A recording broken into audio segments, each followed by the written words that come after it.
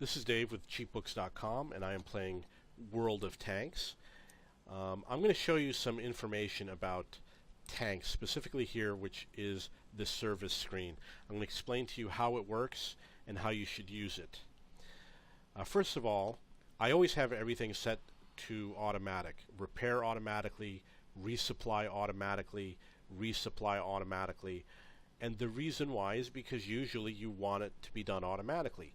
However, there will be times when you want to turn it off. You want to turn it off when you're using a lot of premium rounds. If you're using a lot of premium rounds, you might not want to pay for them. So you might not want to resupply automatically. You might want to use it for just one game, which means you'll have to turn this off. And then after the game is over, you can go back to your regular rounds.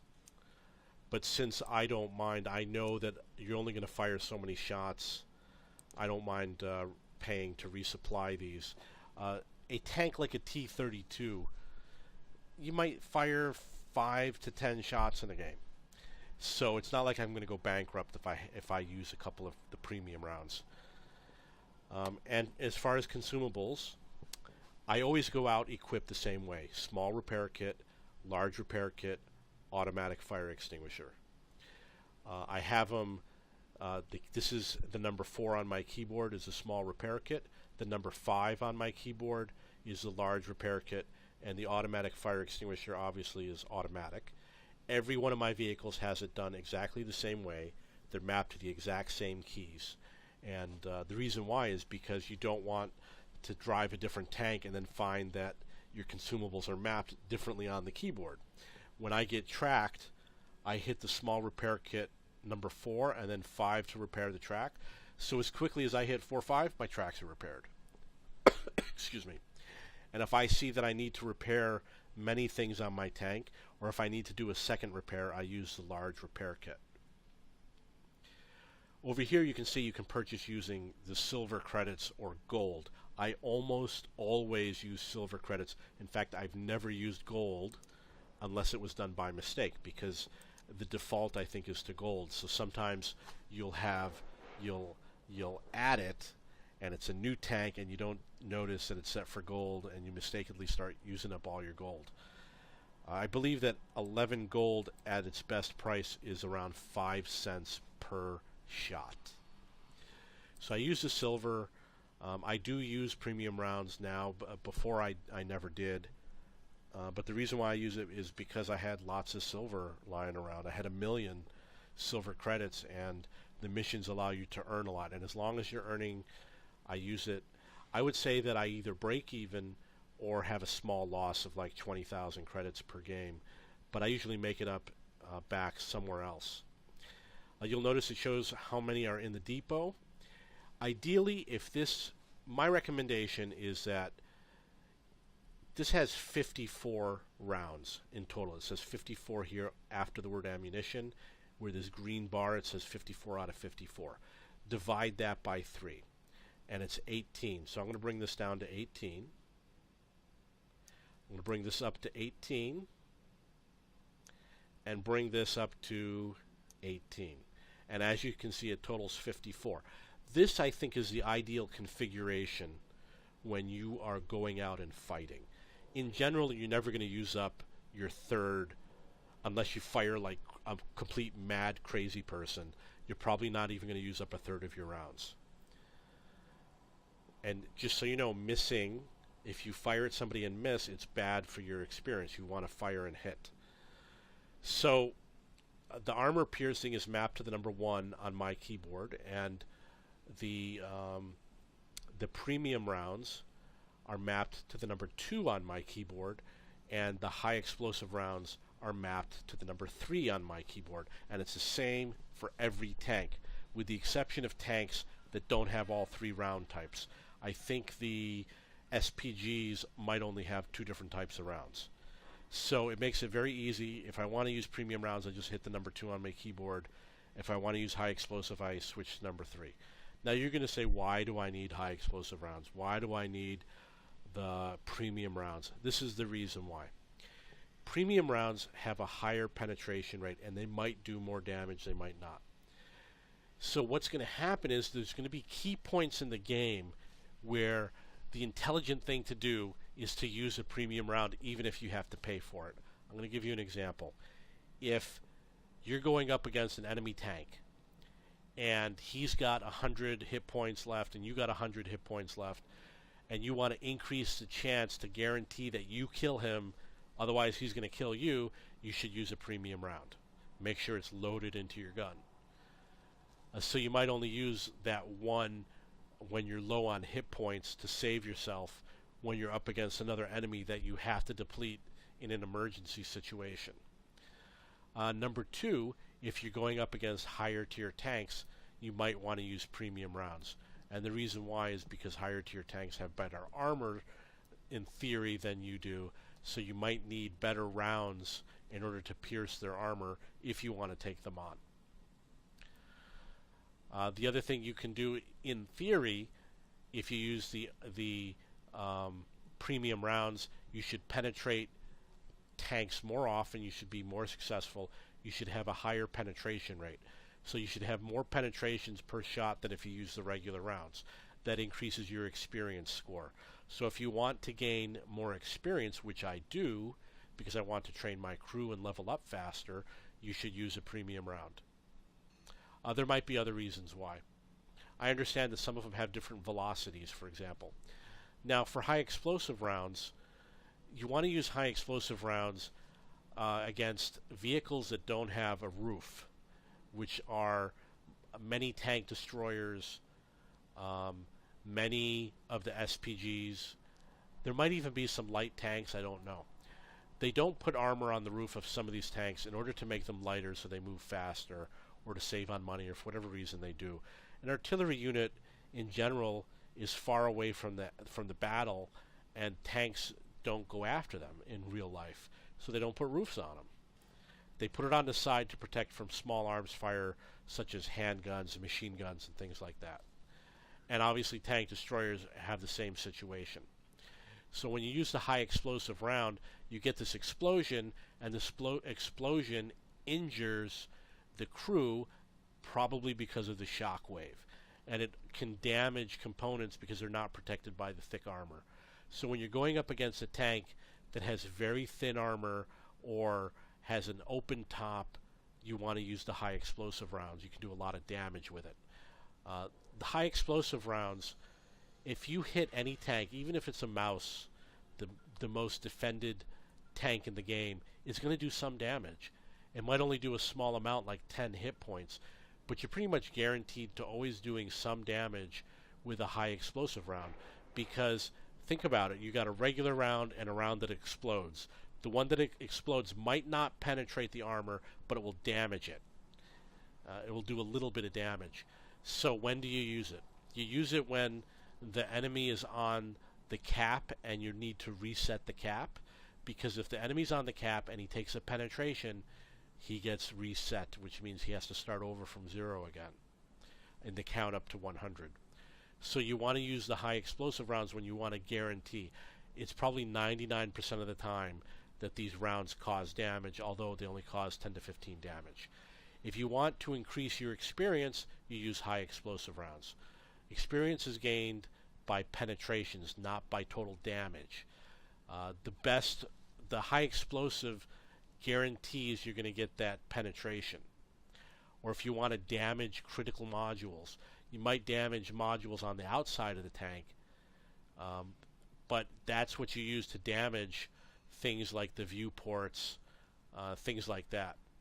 So high explosive rounds, use them against the higher tier tanks, use them when you want to cause critical damage to the tanks, use them when the enemy tank doesn't have a roof on it and you want the shock wave to damage as much as possible, but they do come in handy. The regular rounds, obviously, if you're going to fire a lot of rounds and you don't have a lot of money, you got to use the regular rounds. So that's that for ammunition. Actually, let's talk a little bit more about ammunition. It's not really on this chart. There's another screen where you're going to see more information about ammunition. But what you're going to see is that there's a penetration number. It says For example, excuse me, on this one, the penetration for the first round says 128 to 213. I don't remember the formula, but I think what happens is there's a number in the middle, the average. For this, it would be around 170, is about halfway between 128 and 213.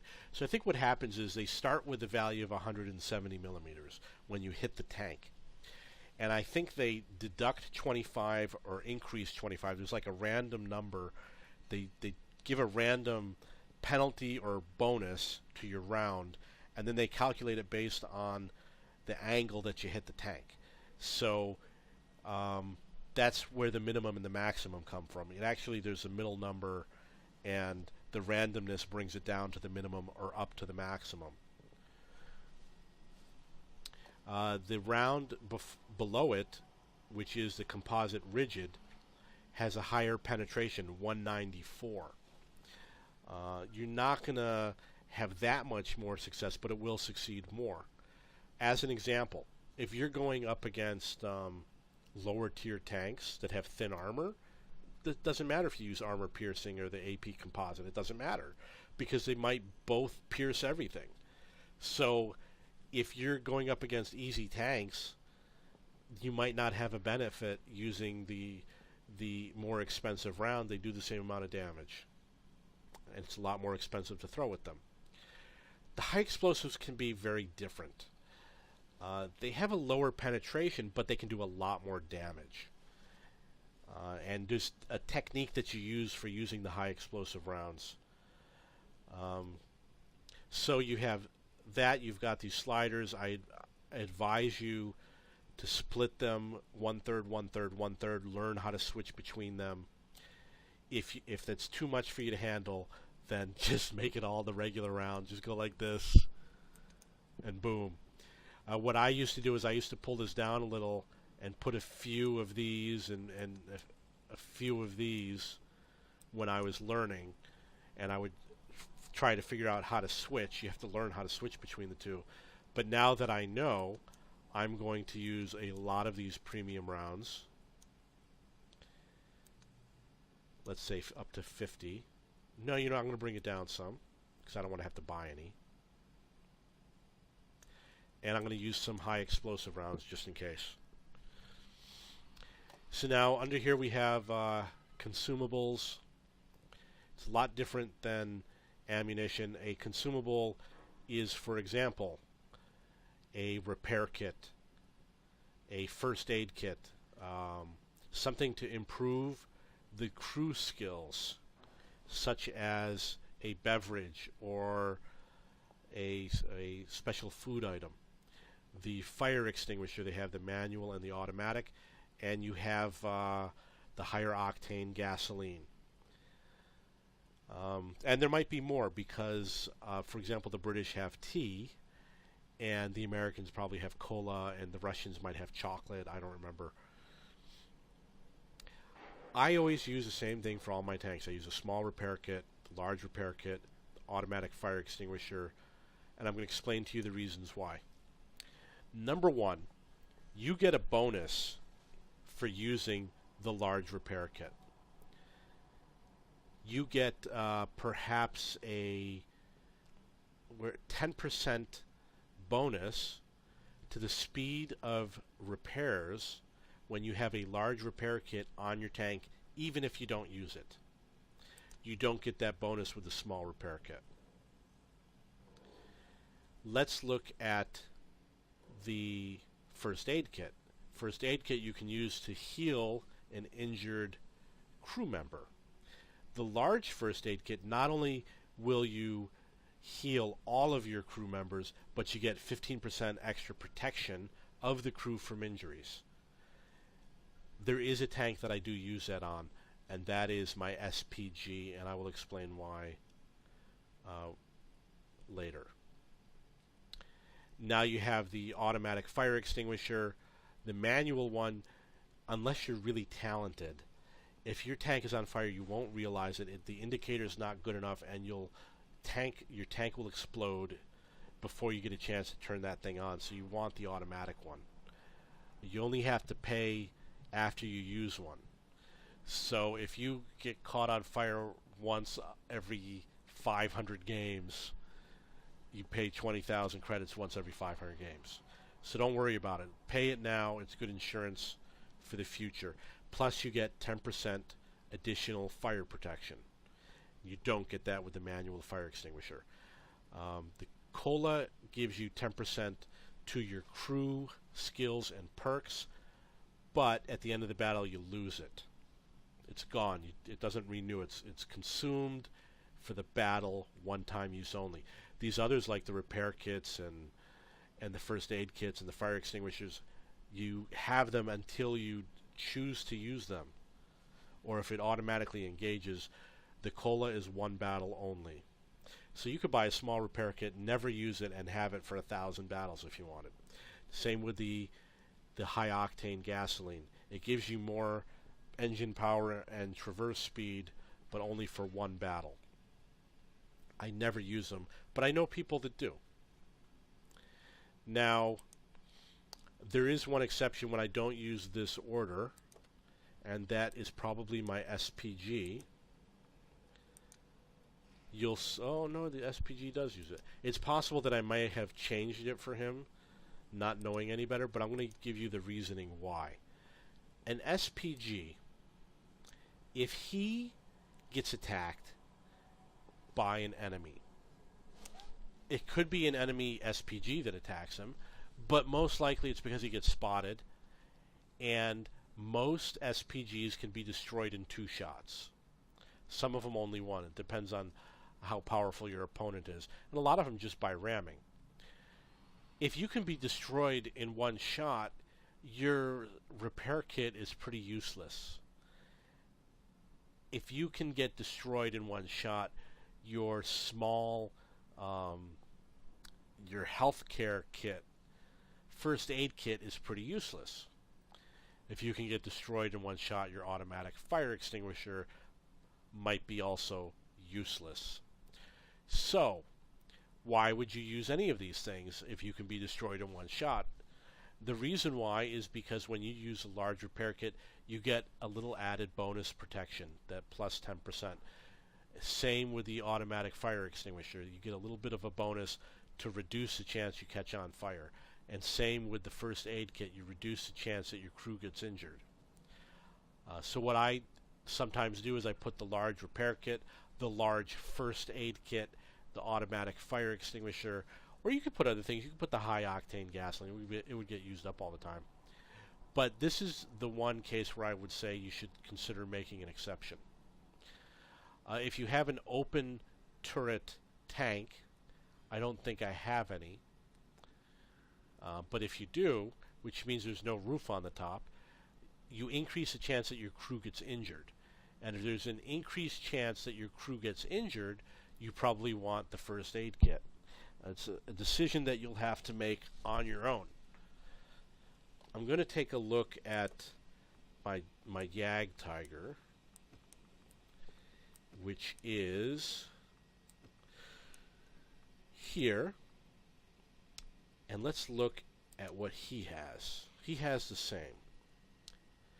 But there is a difference.